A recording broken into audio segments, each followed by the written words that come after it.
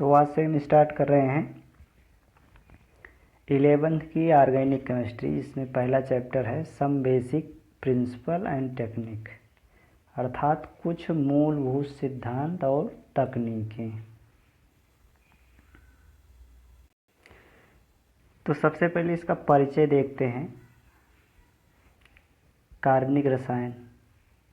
कार्बनिक रसायन तो हम लोग बहुत पहले से यूज कर रहे हैं, प्राचीन काल से ही ज्ञात थे, परंतु 18वीं शताब्दी में काफ़ी प्रगति हुई इस पे। नहीं तो पहले प्राचीन काल से ही हम जैसे शुगर हो गए, अल्कोहल हो गया, स्टार्च हो गया, फैट हुआ, ये सब सारी चीज़ें हम लोग बहुत पहले से यूज करते थे, लेकिन हमको इसके बारे में ज़्यादा कुछ जानकारी नहीं थी, प्राप्त थी। सन 18वीं शताब्दी में एक वैज्ञानिक थे निकोलस लेमरी, 1675 ईस्वी में। तो निकोलस लेमरी ने 1775 ईस्वी में प्राकृतिक स्रोतों से प्राप्त यौगिकों को, उनके अध्ययन को और सुगम बनाने के लिए 3 वर्गों में बांटा, अर्थात रासायनिक पदार्थों को आसानी से याद किया जा सके, उसको क्या किया इन्होंने 3 वर्गों में बांटा। वो कौन कौन से थे, एक एक करके। तो इस तरीके से उन्होंने सबसे पहले खनिज पदार्थों को कई वर्गों में बांट के अध्ययन को सुगम बनाया। तो पहला उनका वर्गीकरण है, पहला है मिनरल सब्सटेंस, अर्थात खनिज पदार्थ। खनिज पदार्थ उन्होंने किसे कहा कि मतलब जो खुदाई से प्राप्त होते थे उनको उन्होंने खनिज कहा। उनको अलग वर्ग में रखा, जैसे सिल्वर हो गया, गोल्ड हो गया, आयरन हो गया आदि। दूसरा वर्ग उन्होंने पदार्थों का रखा वनस्पति पदार्थ, यानी वेजिटेबल सब्सटेंस। न वनस्पति स्रोतों से जो पदार्थ प्राप्त होते थे उनको वनस्पति पदार्थ कहा। जैसे एग्जाम्पल के लिए एसिटिक एसिड, तो एसिटिक एसिड वगैरह बहुत पहले से खाया जाता था। ठीक, साइट्रिक एसिड ले लो। साइट्रिक एसिड नींबू खट्टे फलों में पाया जाता है। इसका सूत्र होता है C6H8O7। इसका स्ट्रक्चर फार्मूला ये होता है, याद कर लीजिए। तो इसका भी इस्तेमाल बहुत पहले, बहुत प्राचीन समय से ही हो रहा है। इसके अलावा अगला वनस्पति स्रोत है टार्टरिक एसिड। टार्टरिक एसिड भी जैसे टमाटर वगैरह और इसमें अंगूर वगैरह में पाया जाता है। इसका भी इस्तेमाल बहुत प्राचीन काल से हो रहा है। ये भी वनस्पति स्रोत ही है, वनस्पति स्रोत से ही प्राप्त होता था। इसका फार्मूला देखिए C4H6O6। ठीक, स्ट्रक्चर फार्मूला ये है, तो याद कर लीजिए। इसको अल्फा हाइड्रॉक्सी कार्बोक्सिलिक एसिड के नाम से भी जानते हैं। ठीक, आगे देखिए अगला पदार्थ है वनस्पति स्रोतों से प्राप्त अगला पदार्थ है सुक्रोज, जिसका बहुतायत में इस्तेमाल किया जाता रहा है प्राचीन काल से ही। इसका सूत्र तो जानते ही हो, C12H22O11। इसका संरचना सूत्र ये इस तरीके से होता है। ये भी वनस्पतियों से ही प्राप्त होता था। आगे देखिए तीसरा वर्ग क्या था। तीसरा वर्ग था एनिमल सब्सटेंस, अर्थात जंतुओं से जो पदार्थ प्राप्त होते थे उसको निकोलस लेमरी ने जंतु पदार्थ का, अर्थात एनिमल सब्सटेंस। इसमें कौन कौन से पदार्थ प्राप्त होते थे हमको, जिलेटिन हो गए, हीमोग्लोबिन हो गया, एल्बुमिन हो गया आदि पदार्थ जो प्राप्त होते थे जंतुओं से हमको। आगे चल के फिर एक वैज्ञानिक जिसको लेवासी के नाम से जानते हैं, लेवोजियर या लेवासी हिंदी में कहते हैं, 1774 ईस्वी में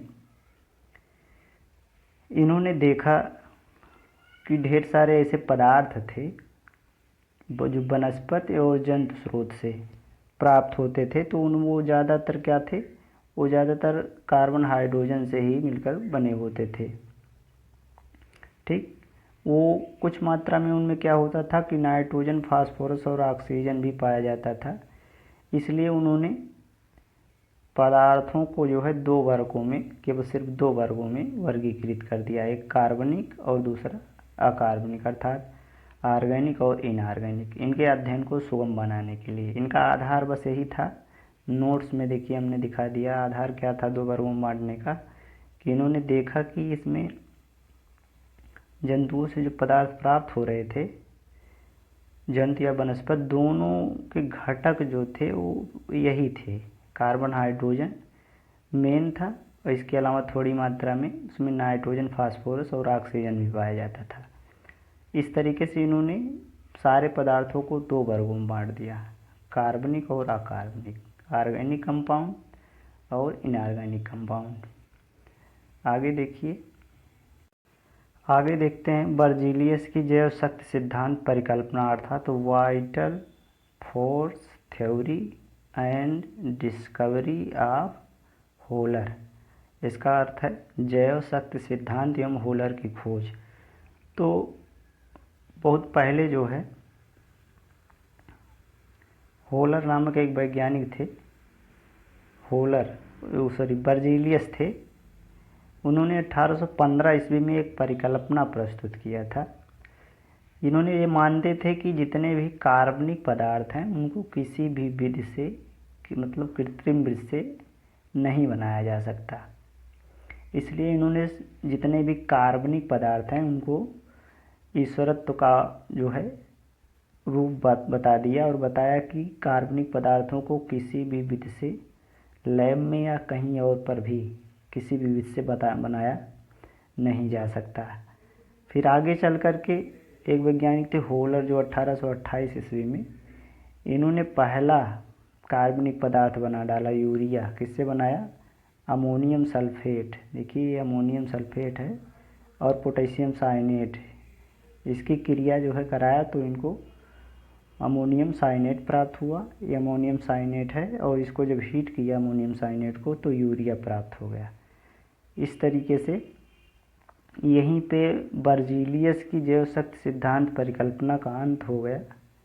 बर्जीलियस के जैव शक्ति सिद्धांत परिकल्पना जो इन्होंने दिया था, इसका अंत हो गया। ठीक, और एक एक करके तमाम वैज्ञानिकों ने तमाम यौगिक बनाना शुरू कर दिया। जैसे देखिए आगे, जिनमें कोल्बे का नाम आता है। इन्होंने 1845 ईस्वी में कार्बन और हाइड्रोजन से इन्होंने भी एक यौगिक बना दिया, एसिटिक एसिड। ठीक, मतलब कार्बन और हाइड्रोजन का अपचयन करा के पहले एथाइन बनाया, और एथाइन को जो है तन H2SO4 और मर्क्यूरिक सल्फेट जिससे क्रिया करा के एस्टल्डिहाइड बनाया, और एस्टल्डिहाइड की क्रिया हाइड्रोजन पेरोक्साइड से करा के एसिटिक एसिड बना ली। ये एसिटिक एसिड है। ठीक, इसी कड़ी में आगे देखिए, इसी कड़ी में बर्थेलो भी एक वैज्ञानिक थे, जिन्होंने 1856 ईस्वी में कार्बन और हाइड्रोजन का ही अपचयन करके मीथेन बना डाला। मीथेन ना, मीथेन है ये। तो इस तरीके से एक एक करके तमाम वैज्ञानिकों ने तमाम यौगिक बनाना, जिससे बर्जीलियस की जो है ये जैव शक्ति सिद्धांत जो परिकल्पना थी उसका अंत हो गया। ठीक, इसके आगे अगले वीडियो में हम देखेंगे।